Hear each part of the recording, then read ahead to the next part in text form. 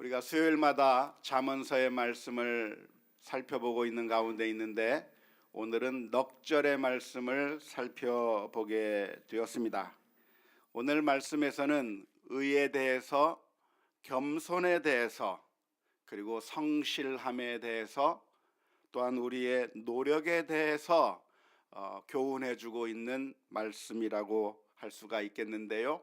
한 절씩 한 절씩 살펴보면서 그 말씀의 의미가 무엇인지 함께 묵상해 보도록 하겠습니다. 먼저 잠언서 13장 9절 말씀을 보면 이렇게 기록되어 있습니다. 의인의 빛은 환하게 빛나고 악인의 등불은 꺼지느니라. 의인의 빛이 그리고 악인의 등불에 대해서 이야기를 하고 있는데요. 여기서 말하는 빛, 여기서 말하는 등불이 무엇을 의미하는 것이겠습니까? 문자 그대로 빛, 등불을 의미하는 것일까요? 그러니까 의인이 집안에 불을 밝혀두면 그 빛이 계속해서 빛나게 될 것이지만 악인의 집에 켜놓은 등불은 얼마 가지 않아서 꺼진다는 이야기일까요? 그렇지는 않죠. 등불이라고 하는 것은 악인이든 의인이든 똑같습니다. 의인이 등불을 켜든 악인이 등불을 켜든 쓴 만큼 사용할 수 있는 것이지, 의인이라고 해서 등불이 더 오래 간다거나 악인이라고 해서 등불이 일찍 꺼지는 법은 없는 것이죠.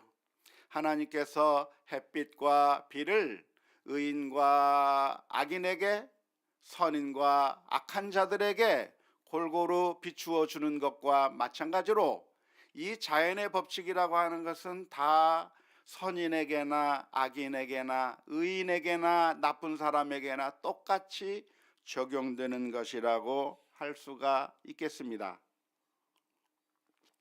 따라서 여기서 의인의 빛, 악인의 등불이라고 이야기할 때 이 빛과 등불이라고 하는 것은 상징적인 의미를 가지고 있는 것이라고 이해하는 것이 옳을 것입니다. 불을 진짜 진짜 등불을 말하는 것이 아니라 어떤 상징적인 것을 의미하는 것이라고 이해하는 것이 옳을 텐데요.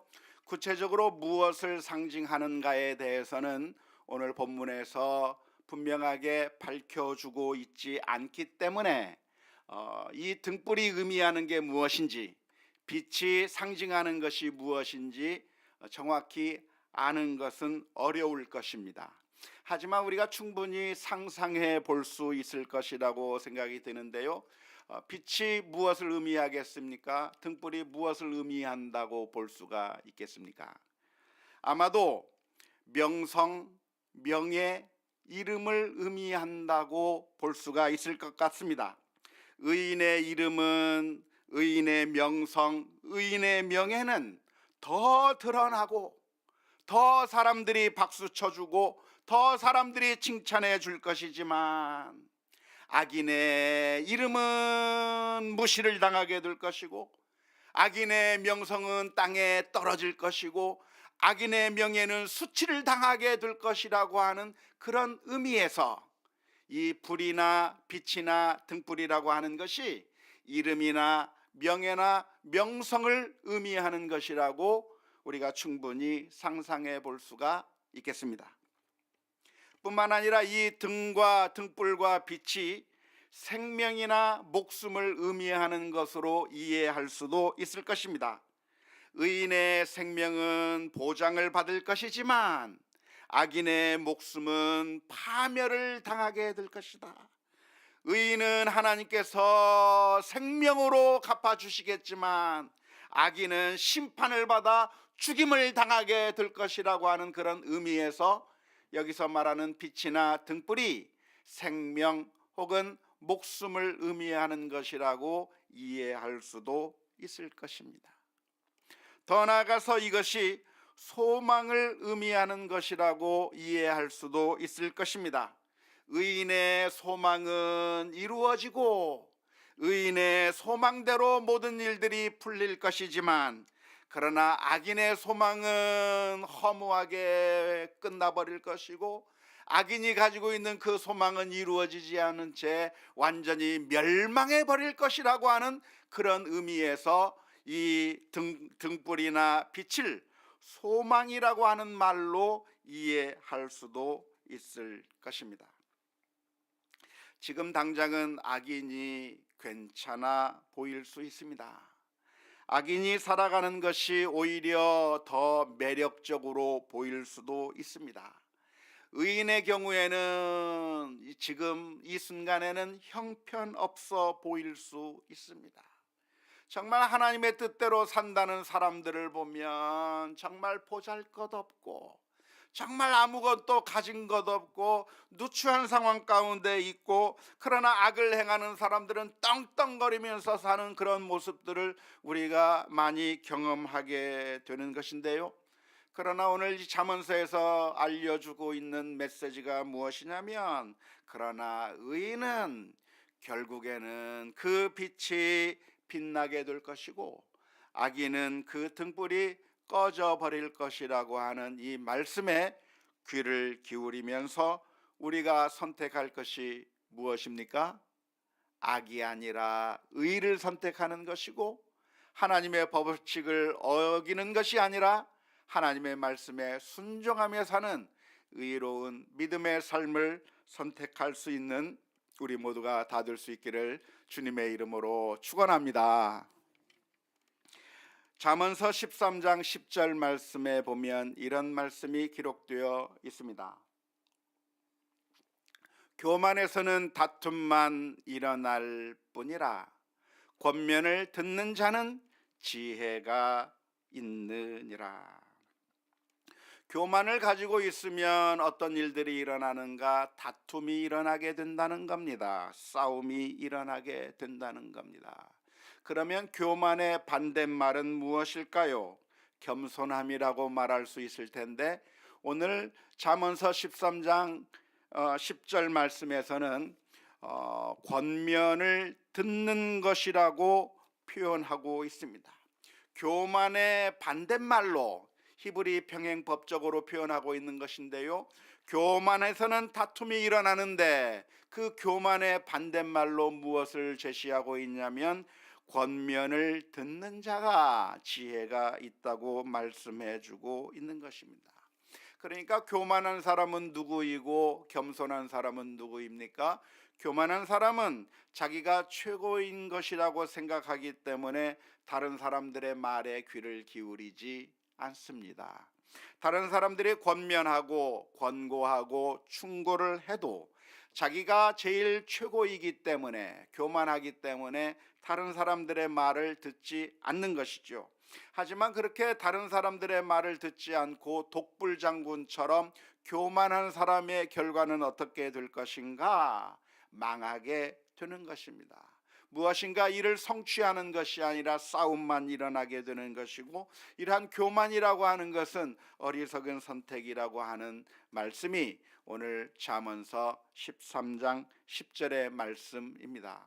오늘 우리 자신이 정말 교만한 사람인지, 다른 사람의 권면과 충고를 들을 수 있는 사람인지, 우리 자신의 모습을 다시 한번 점검하면서 회개의 길로 나아갈 수 있기를 바랍니다. 그래서 우리 자신을 향해서 질문을 던져야 합니다. 나는 교만한 사람인가? 다시 말하자면 다른 사람들의 말에 귀를 닫아버린 사람인지, 아니면 그 다른 사람들의 말을 들으려고 하고 혹시라도 내가 잘못된 것은 없는지 나 자신을 돌이켜보고 또 돌이켜볼 수 있는 그런 믿음의 사람인지, 귀를 열고 있는 사람인지 우리 자신을 진단해 보아야 할 것이고, 만일 우리가 교만한 사람들이라고 한다면 오늘이라도 지금 당장 우리가 회개하며 겸손하게 다른 사람들의 말에 귀를 기울일 수 있는 우리 모두가 다 될 수 있기를 주님의 이름으로 축원합니다. 안타까운 것은 말을 듣지 않아요. 정말 말을 듣지 않아요. 정말 다른 사람의 말에 귀를 들었으면 좋겠는데 충고를 해주고 싶은데 말을 닫아버리고 듣지를 않으려고 하는 것이 오늘 우리들의 모습일 때가 너무나도 많습니다. 이야기해주고 싶고, 저 사람이 저렇게 가면 안 되는데, 이런 식으로 가면 큰일 나는데 권면해주고 싶고 이야기해주고 싶은데, 놀랍게도 그런 권면을 즐겨 듣기를 원하지 않습니다. 처음에는 듣기를 원한다고 말하고 나는 듣고 싶다고 말을 하지만, 그러나 조금만 자신을 무시하는 것 같으면, 조금만 내 생각과 다르다고 생각이 된다면 이내 마음의 문을 닫아버리고 들으려고 하지도 않고 아무런 다른 사람들의 의견에 귀를 막아버리는 그런 일들이 우리 가운데 얼마나 많이 발생하는지 모릅니다. 그런 사람들은 성공하는 것이 아니라, 삶에서 승리하는 것이 아니라 결국 다툼만 일어나게 되고 망하게 될 것이라고 하는 이 말씀을 우리 모두가 새겨 들을 수 있어야 될 줄로 믿습니다. 잠언서 13장 11절 말씀에서는 이렇게 기록합니다. 망령되이 얻은 재물은 줄어가고 손으로 모은 것은 늘어가느니라. 망령되이 얻은 재물은 줄어간다고 표현하고 있는데요, 도대체 망령되이 재물을 모은다고 하는 말이 무슨 말일까요? 도대체 망령되다고 하는 말의 의미가 뭘까요?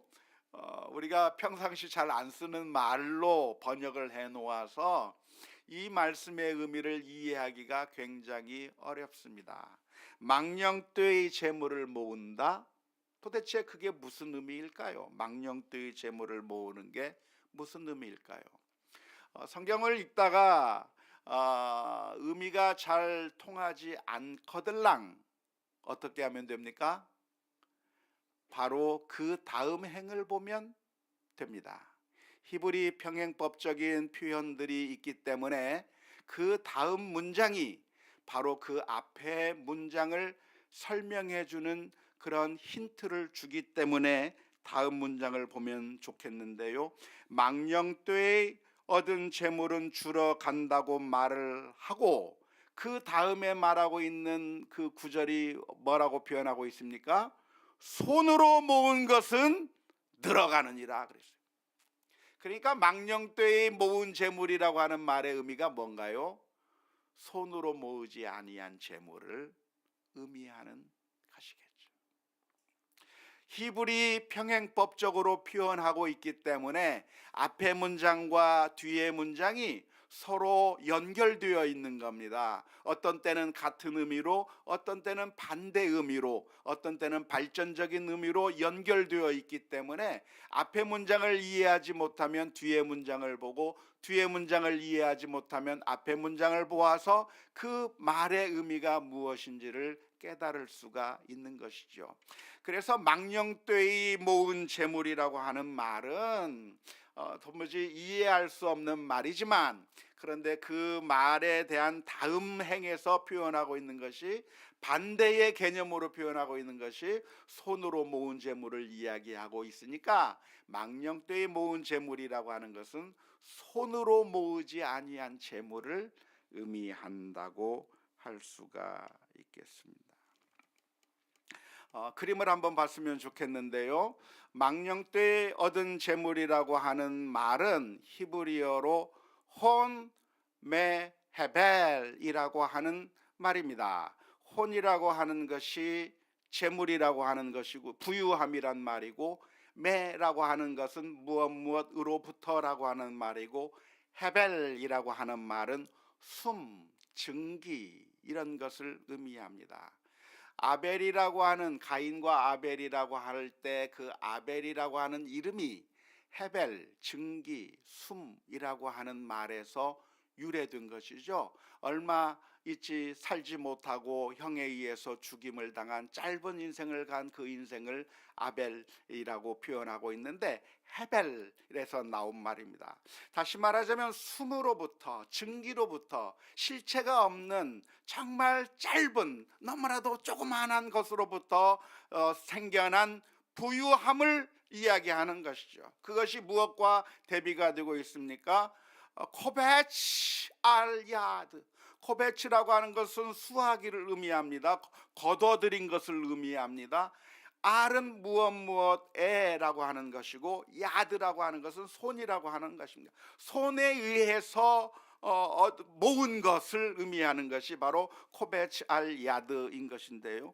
이 망령되이 얻은 재물과 손으로 모은 것이 서로 반대 개념으로 제시되어 있기 때문에 이게 무슨 의미인지 앞뒤 문장을 봐가면서 의미를 깨달을 수가 있을 것입니다. 자, 그렇다고 한다면 손으로 모은 재물이 무엇일까요? 손으로 모은 것은 무엇을 의미하는 것일까요?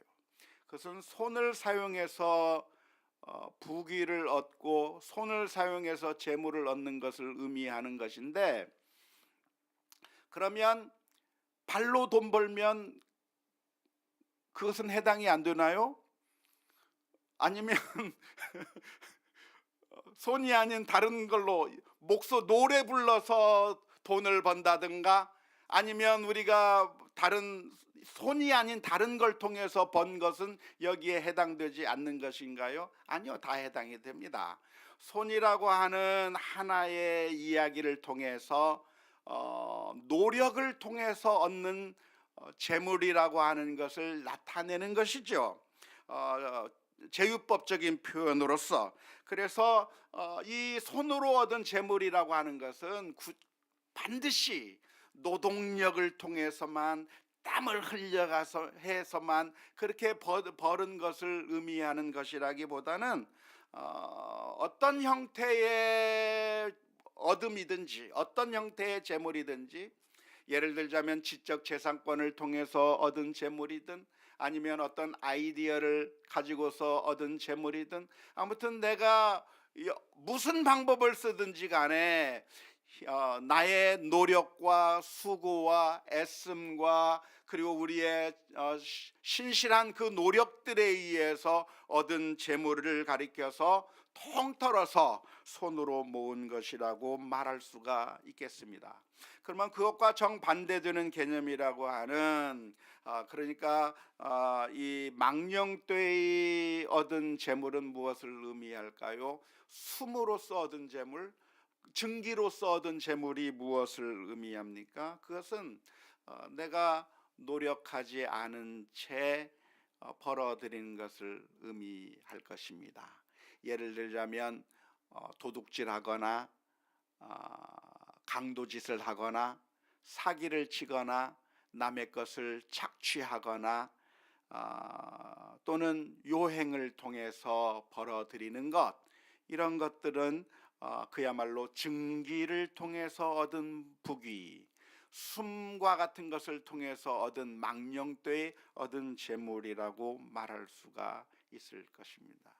근데 사실 강도짓을 하더라도 수고가 안 들어가는 것은 아닙니다만은 이렇게 종이의 집이라고 하는 그 드라마를 보니까, 스페인 드라마를 보니까 강도짓을 하려고 해도 엄청 머리 쓰고 엄청나게 막 그냥 일하는 것보다 더 힘들게 돈을 버는 것을 알 수가 있겠는데, 아무튼 여기서 말하고 있는 숨에 의한 소득, 증기에 의한 소득, 망령되이 얻은 재물이라고 하는 것은 큰 의미로 봐서 정당하지 않은, 우리의 건전하게 수고하고 일해서 얻은 이익이 아닌 잘못된 방법, 하나님께서 원하지 않는 방법으로서 얻은 그런 재물이라고 할 수가 있겠습니다. 결국 그것이 어떻게 되는가? 우리가 땀을 흘리고 수고와 애씀을 통해서 부귀를 얻는다고 한다면 그것이 계속해서 늘어나겠지만, 그게 아니라 일확천금을 꿈꾸고 그냥 내 수고와 노력 없이 그냥 거저 생기는 그런 것들은 쉽게 사라질 수밖에 없는 것이라고 가르쳐주고 있습니다. 따라서 우리는 어떻게 해야 됩니까? 열심히 일해야 되는 것이죠.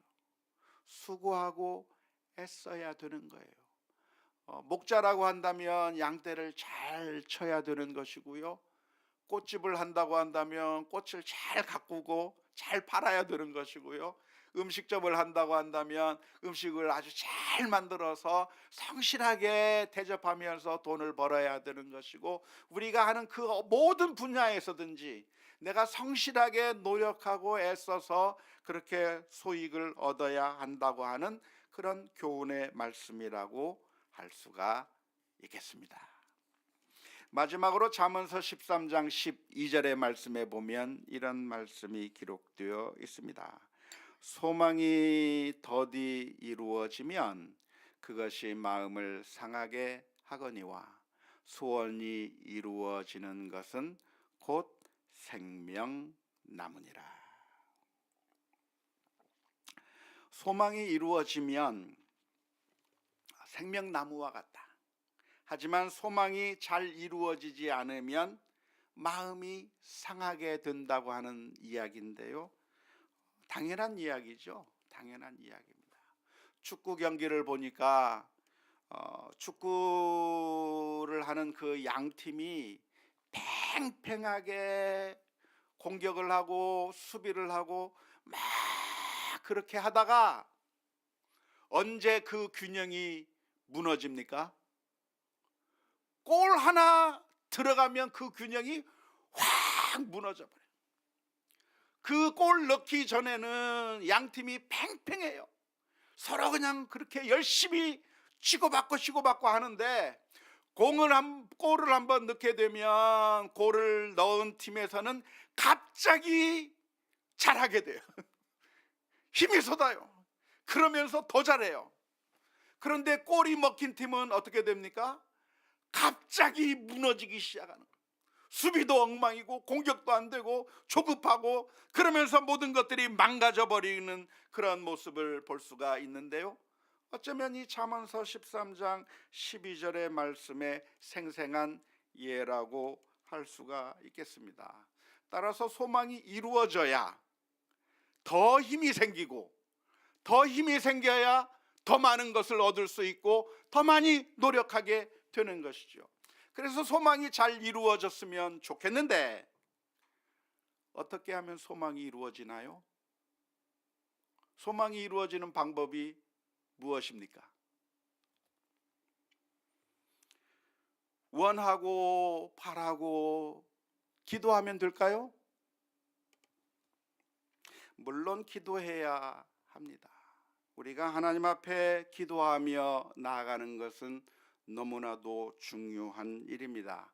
사람이 아무리 수고를 한다고 할지라도, 아무리 파수꾼이 깨어 있어 철저하게 지킨다고 할지라도 하나님께서 허락하시지 않는다면, 하나님께서 지키시지 않는다면 지키는 자의 수고가 헛될 수밖에 없고, 아무리 집을 열심히 잘 짓는다고 할지라도 하나님께서 세워주시지 않는다고 한다면 세우는 자의 수고가 헛된 것을 알기 때문에 우리는 하나님 앞에 기도해야 합니다. 하지만 우리 크리스천들 가운데는 종종 착각을 하는 경우가 많이 있는데요.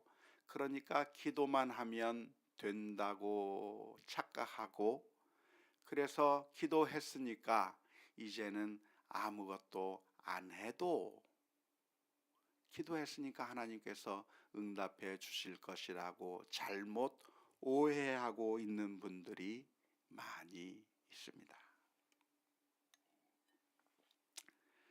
마태복음 7장 7절에서부터 8절 말씀에 보면 예수님께서 이렇게 말씀해 주셨습니다. 구하라 그리하면 너희에게 주실 것이요, 찾으라 그리하면 찾아낼 것이요, 문을 두드리라 그리하면 너희에게 열릴 것이니 구하는 이마다 받을 것이요 찾는 이는 찾아낼 것이요 두드리는 이에게는 열릴 것이니라. 이 말씀은 기도에 대한 가르침입니다. 그러므로 우리가 하나님 앞에 간구하고 기도해야 하는 것이고, 만일 우리가 하나님 앞에 기도한다고 하면 우리의 하늘 아버지께서는 마치 이 세상의 육신의 아버지가 자기 자녀에게 가장 좋은 것을 주기 원하시는 것처럼 하나님께서도 가장 좋은 것으로 주시는 것이 맞습니다. 하지만 이 말씀은 기도에 대한 가르침이면서 동시에 우리로 하여금 찾아야 할 것을 교훈하고 있는 메시지이기도 합니다. 우리는 어떻게 해야 되는가? 찾아야 된다는 거예요. 뭐 하려면? 찾으려면 찾아야 돼요. 얻으려면 어떻게 해야 돼요? 구해야 돼요. 문을 열고 싶으면 어떻게 해야 돼요?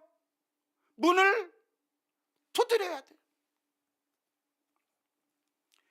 하나님 앞에서 우리가 최선을 다해야 되는 겁니다. 지금 문을 열고 싶은데 마음속으로만 문이 열렸으면 좋겠네. 내 앞을 가로막고 있고 문이 닫혀져 있는 저 문 좀 열렸으면 좋겠네 생각하면서 가만히 그 문이 열리기만을 가만히 기다리고 있는 것은 옳지 않습니다. 문이 열리기를 원한다고 한다면 어떻게 해야 돼요? 문을 두드리면 열릴 것인데, 안 두드리고 문이 열리기를 기다리고 있으면 열리지 않는 거예요. 찾아야 되는데 찾지 않고 어디 갔나라고만 하고 있으면 못 찾는 거예요. 찾아다녀야 찾을 수 있는 것입니다.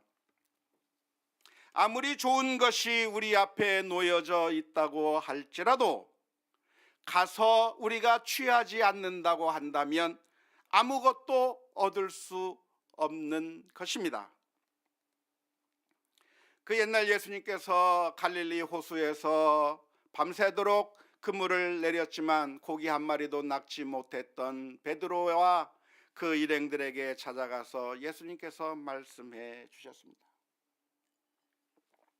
아무런 고기도 잡지 못했다고 하는 그 베드로의 말에 예수님께서는 베드로를 향해서 말씀하셨습니다. 깊은 곳에 가서 그물을 던져라. 그 이야기를 들을 때 이 베드로의 마음 가운데 어떤 생각이 들었을까요? 이미 해봤어요. 해봐도 한 마리도 안 잡혔어요. 거기에 그물을 안 던진 것이 아니라 여러 번 던졌는데 한 마리도 안 잡혔어요. 그러니 지금 가서 던져봤자 무슨 고기가 잡힐 수 있겠습니까? 그 말을 할 수 있었을 것입니다. 경험에서 나온 결론이고, 그래서 해봤자 안 된다고 하는 그 절망이 그의 마음 가운데 있었을 것입니다. 하지만 놀랍게도 베드로는 교만하지 않았습니다. 교만은 다툼만을 일으키고, 그러나 겸손한 자는 권고를 듣는다고 했는데, 베드로는 예수님 앞에서 겸손하게 예수님의 말씀에 귀를 기울였습니다. 지금 나의 경험과 지금 내가 방금까지 했던 그 모든 경험으로 봤을 때는 고기 한 마리도 낚을 수 없는 실망의 자리요, 아무런 소득이 없는 자리요, 헛수고의 자리인 저 갈릴리 호수에 그곳에 그물을 던진다고 하는 것은 어리석은 일일 수밖에 없다고 하는 게 내 마음속의 생각인데, 그런데 내 자신의 생각을 내려놓고 예수님의 말씀 앞에 귀를 기울이고 겸손하게 말을 하는 겁니다. 주여, 밤새도록 고기를 낚지 못했지만 말씀에 의지하여 그물을 던지겠나이다. 그리고서 그물을 던졌을 때 놀라운 기적이 일어난 것이죠. 고기는 어떻게 잡는가? 고기 어떻게 잡아요? 예? 고기 어떻게 잡아요? 그물을 던져야 잡아요. 호숫가에 서 있으면 잡는 게 아니고 어떻게 해야 잡아요?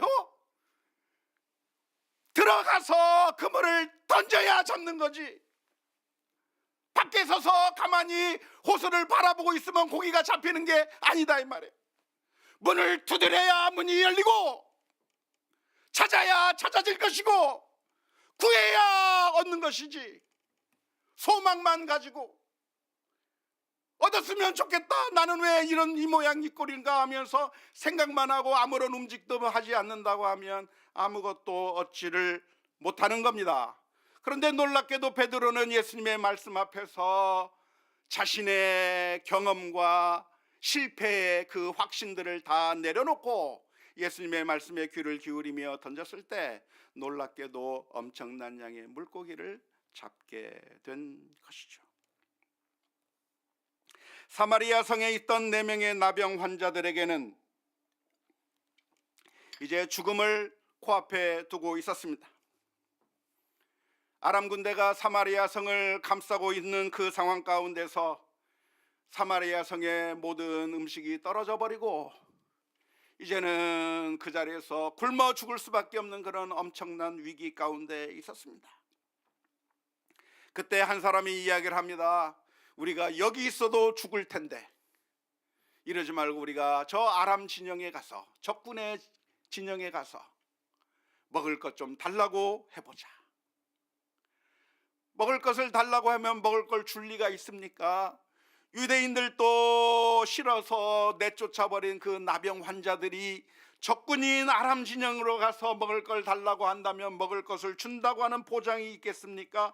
그것은 무의미한 일이고 소용없는 일이고 미친 짓이고 하나마나한 짓을 하는 것이라고 할 수밖에 없는 것이죠. 그런데 놀라운 것은 그 4명의 나병 환자들이 그 아람 진영을 향해서 가는 거예요. 가서 먹을 것을 달라고 이야기하는 거예요. 그런데 놀랍게도 기적이 거기에서 일어나는 겁니다. 아람 군대는 다 사라져 버리고 그 안에 수많은 먹을 것들이 놓여져 있는 것을 발견하게 된 것이죠. 우리는 소망으로 바라기만 하면서 노력하지 않는 경우가 너무나도 많이 있습니다.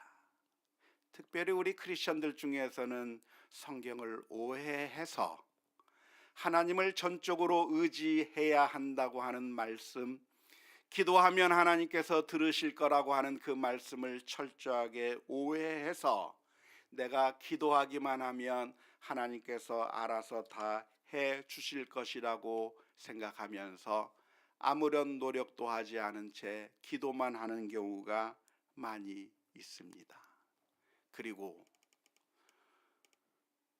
자신의 소망이 이루어지지 않는 것을 보면서 마음의 상처를 입고 실망하고 좌절하게 되는 경우가 많이 있습니다.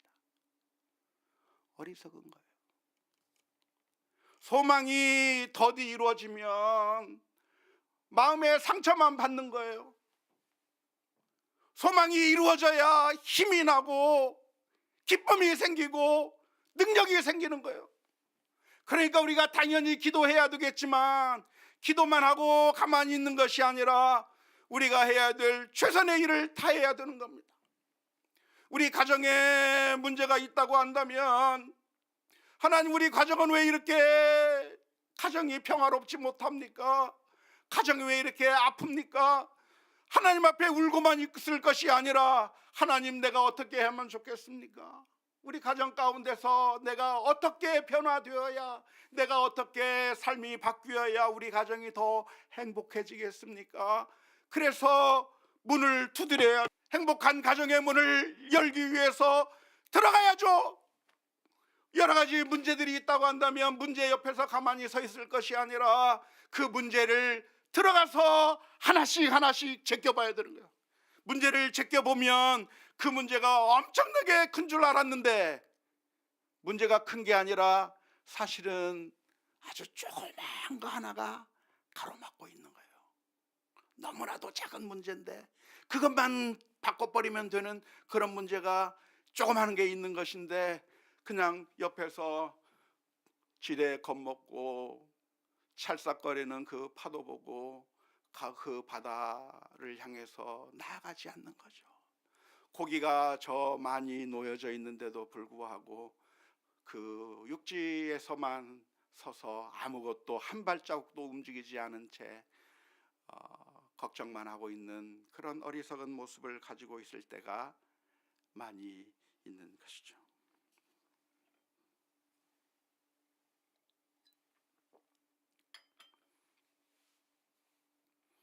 참 감사한 것은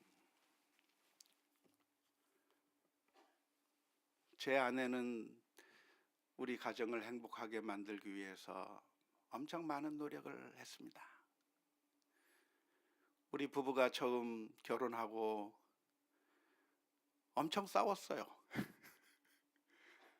엄청 싸웠어요. 힘들었어요. 근데 이렇게 우리가 평생 살 수 있을까 싶을 정도로 너무나도 힘든 세월들을 보냈었습니다. 그런데 제 아내가 그냥 소망만 가지고 있지 않았어요. 소망을 이야기하고 그 이야기를 실천을 옮기게 만들고 행동하게 만드는 거죠. 생일이면 여보 9월 2일이 내 생일이야 알려주는 거예요. 까먹으면 아무것도 못하고 지나가니까 미리미리 한 달 전부터, 두 달 전부터 저에게 알려줍니다. 9월 1일이 내 생일인 거 알지? 알지? 자꾸 얘기해요. 그러면 맞구나 해서 선물이라도 주면 선물 받고 좋아해요. 좋아하는 모습을 보니까 저도 너무나도 좋아요. 그러니까 또 해주고 싶어요. 그런데 대부분의 분들을 보면 우리 남편이 내 생일 알아주나 안 알아주나, 말 안 하고 어떻게 해주나 기다리고 있어요. 근데 정말 못 알아주고 그냥 지나가요. 그러니까 마음에 상처를 받고, 이런 무심한 남편, 이런 좋지 않은 남편, 나는 불행해 하면서 살아가는 거예요. 그런데 제 아내는 저한테 얘기를 해요.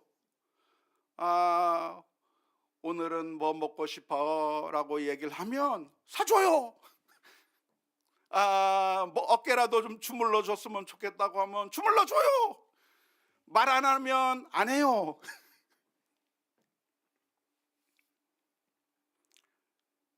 말 안 하고 아무것도 이루어지지 않고 아무런 변화도 없어서, 그래서 실망하는 것보다 좋은 가정을 만들기 위해서 이렇게 해주면 좋겠다고 말하고 저렇게 하면 좋겠다고 말해서, 그래서 함께 즐거움을 나누기 시작하고 기쁨을 나누기 시작하면서 점점 좋은 가정으로 만들어져 가는 겁니다. 구하면 얻을 것이고, 찾으면 찾을 것이고, 문을 두드리면 열릴 것인데, 문이 열리는지 안 열리는지 그냥 밖에서 열리기만을 기다리고 있는 거죠. 가만히 기다리다 보면 언젠가는 열릴까 기다리다가 문이 안 열리니까 낭망하고 실망하고, 왜 내 인생은 이렇게 문이 닫혀 있을까, 그리고 또 실망하고 좌절하고 더 깊은 수렁으로 내려가는 겁니다.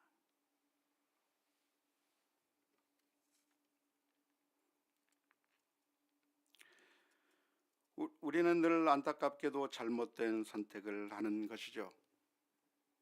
잘못된 선택을 할 게 아니고 최선의 노력을 해야 하는 것입니다. 문을 두드리면 열리게 되는 것이고, 열림으로써 소망이 성취되는 것을 보면 더 기쁨이 생기고, 그래서 더 자신 있게 나갈 수 있게 되고, 그래서 조금씩 조금씩 더 나은 길로 나가는 것이죠. 그런데 아무런 노력도 하지 않은 채 내가 하나님 앞에 기도했다고 하는 그 자기 만족, 자기 스스로를 안위하는 그런 모습으로서만 하면서 아무리 기다려도 변화가 전혀 없는 것 가운데 실망하고 소원이 더디 이루어지는 것 때문에 마음의 상처를 받고 있는 그런 어리석은 선택을 할 것이 아니라, 우리의 문제들은 사실은 아무것도 아닙니다. 문제가 커 보이는데 사실은 아무것도 아니에요. 우리 교회 저 뒤에 스크린 모니터가 하나 있는데 얼마 전부터 모니터니 반절만 나옵니다. 그걸 어떻게 해결하면 좋을까요? 전문가도 아닌 우리가 어떻게 해결하면 좋을까요? 이걸 어떻게 해결해야 되나? 어떻게 해결해?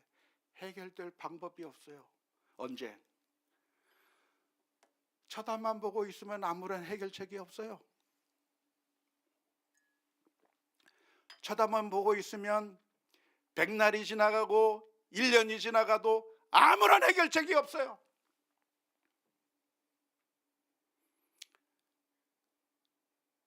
근데 어제 임 목사님이랑 저랑 같이 사다리 타고 올라갔어요. 텔레비전을 띄워봤습니다. 그 텔레비전을 이 앞에 테스트했더니 텔레비전은 정상이에요. 텔레비전 문제가 아니구나. 케이블을 띄우다가 여기 앞에다 또 테스트를 했더니 잘 나와요. 케이블도 문제가 아니구나. 케이블 그 전 단계에 있는 분배기가 있는데 그 분배기를 띄워가지고 테스트를 해보니 안 나와요. 분배기가 문제구나. 분배기를 저 1층에 가가지고 안 쓰는 분배기 띄워다가 연결해주고 했더니 금방 해결이 돼요. 서 있을 때는 문제가 너무나도 크고, 우리 인생의 문제가 왜 이렇게 큰가? 아무것도 되지 않는구나. 내가 문을 두드리지 않을 때는 아무것도 열리지 않아요. 그런데 문제 앞에 가서 이것 띄워보니까 그거 문제 아니고, 이것 띄워보니까 문제 아니고, 이것 떼보니까 문제 아니고, 이것 떼보니까 요 조그만 거 하나가 문제예요. 그래서 저 뒤에 거 고치는 김에 이 앞에 것도 한번 고쳐보자 해가지고 가져갔는데 잘 될 줄 알았더니 또 안 돼요.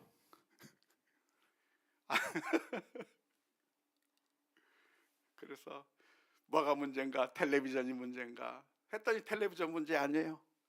케이블이 문제인가? 케이블이 문제가 아니에요. 지금까지 잘 되던 분배기가 문제인가? 했더니 분배기가 문제예요. 분배기가 자꾸 고장나는 것 같아요. 근데 분배기 남는 게 없어요. 큰일 났습니다. 그런데 이 목사님이 서랍에서 하나 찾아왔어요. 목사님, 이게 서랍에 남아도는 분배기 같은데 이거 될까요? 한번 해봅시다. 됐어요.